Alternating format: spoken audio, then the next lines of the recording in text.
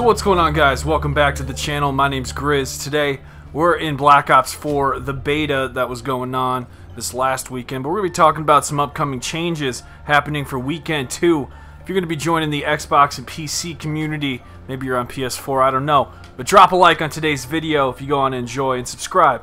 Let me know in the comment section if you're new. I'm going to be diving in pretty hot and heavy here. There's a lot of new things I want to talk about. So if you got any questions, hit me up over on Twitter at GrizzViolent. It's the best place to keep talking zombies, multiplayer, and of course, the upcoming Battle Royale Blackout for Black Ops 4. But this will be an evolving series here on the channel, so if you're interested in knowing the new changes happening to Black Ops 4 specifically, be sure to keep looking out for these types of videos.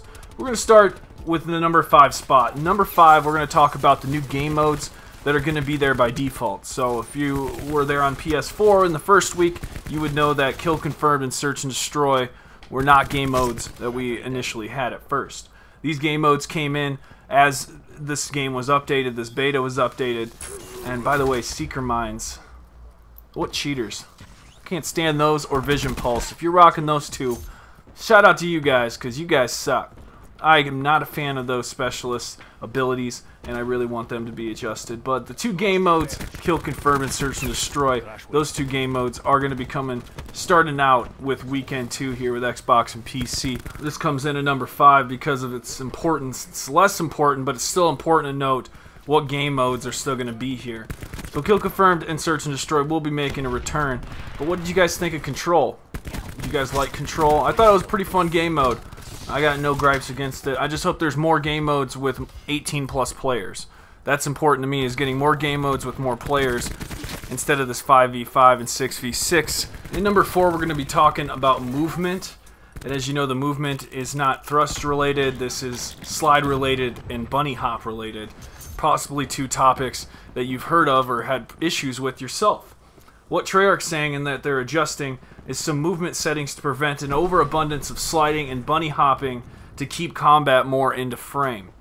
When it comes to bunny hopping, a lot of what people tend to do is they'll jump into combat around a corner, they'll jump into it, causing a major shock on your end. Either they're running straight into you or flying right past you.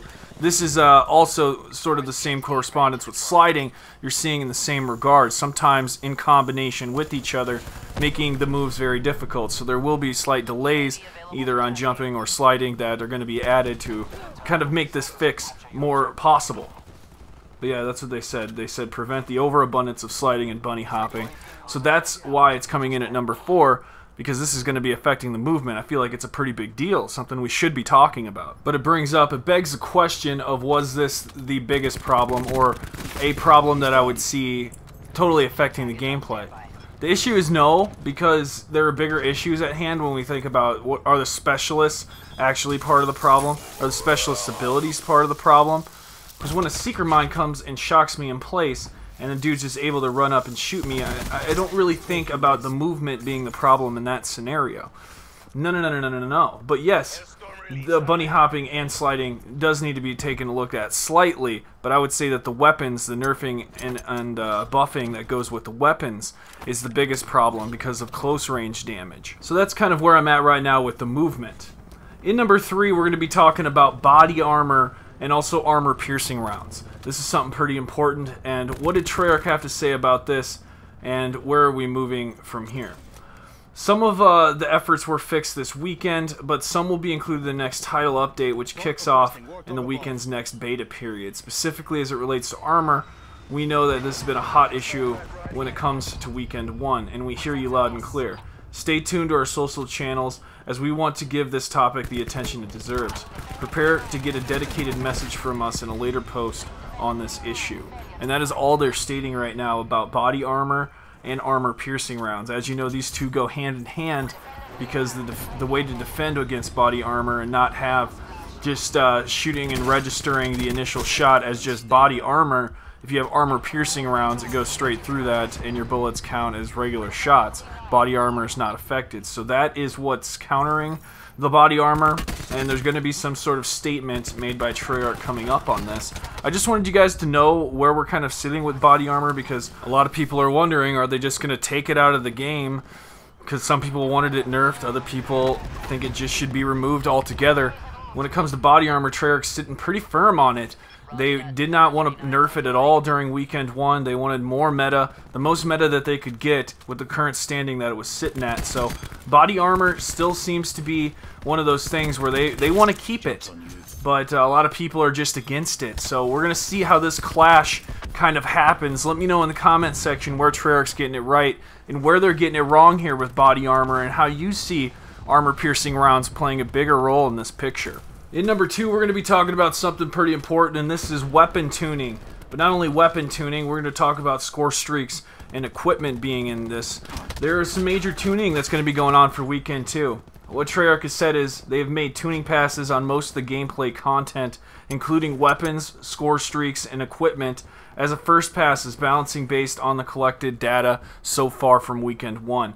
So right now where we're sitting is in a state where we don't know exactly what has happened to these weapons, what has happened to these score streaks. All we know is they're being adjusted for weekend 2, and what we got coming up might surprise us. And they even say in the patch notes, be ready for some surprises. So I'm very jacked for what's coming when it comes to what happened to these weapons, because we know that the MX-9, that submachine gun, at least on day 1.5, was the most powerful SMG, just the most powerful class in general. That's why making a best class setup just doesn't make sense right now, because everything's being changed and adjusted every single day that this beta is live. So right now we don't know what exactly the best weapon is. We sort of know what the best score streaks are because they're in order from, you know, worst to best. But when we're talking about tuning passes, score streaks, and their reliability as to getting hit detection and whatnot, that's being adjusted. So score streaks are being looked at, and your equipment. So any problems you were having with your equipment not working, things just not adding up, we're going to be seeing some major adjustment to the equipment as well. So let me know down in the comment section below, what classes did you like? What did you fancy the most? Like, what was your specific weapon that was your jammy jam during this beta? Was it the KN? Was it the MX-9? Was it the Swordfish? You know, were you an LMG type of player, or were you a sniper? I know a lot of people were out there using the shotguns. And I want to know, what about them shotguns as your secondary was so great? Okay? Because you were sacrificing some major attachments up in your primary. But I'm curious, was it a two-hit wonder like you hoped? Or does it need a buff? Was there something that needed to be done with those shotguns? Either way, let me know down in the comment section below. And we're going to move on to our number 1 spot, and that's going to be updating spawn passes.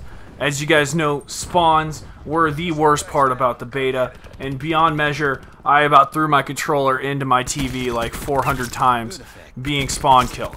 So, what did Treyarch say about spawns? This is what they said. They addressed several spawn issues and made an updated spawning pass in various maps and modes. Made quite a few under-the-hood fixes to improve stability and performance. Now I'm going to read that again, because some of this we just all don't understand because it's behind-the-scenes stuff.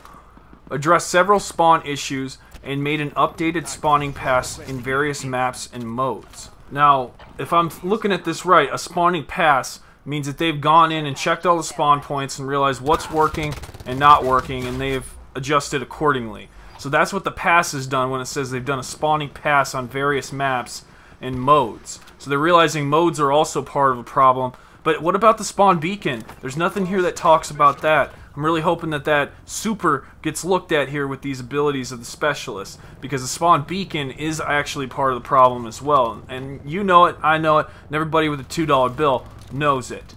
They made quite a few under-the-hood fixes to improve stability and performance. And this deals with spawning. They made a few under-the-hood fixes to improve stability and performance.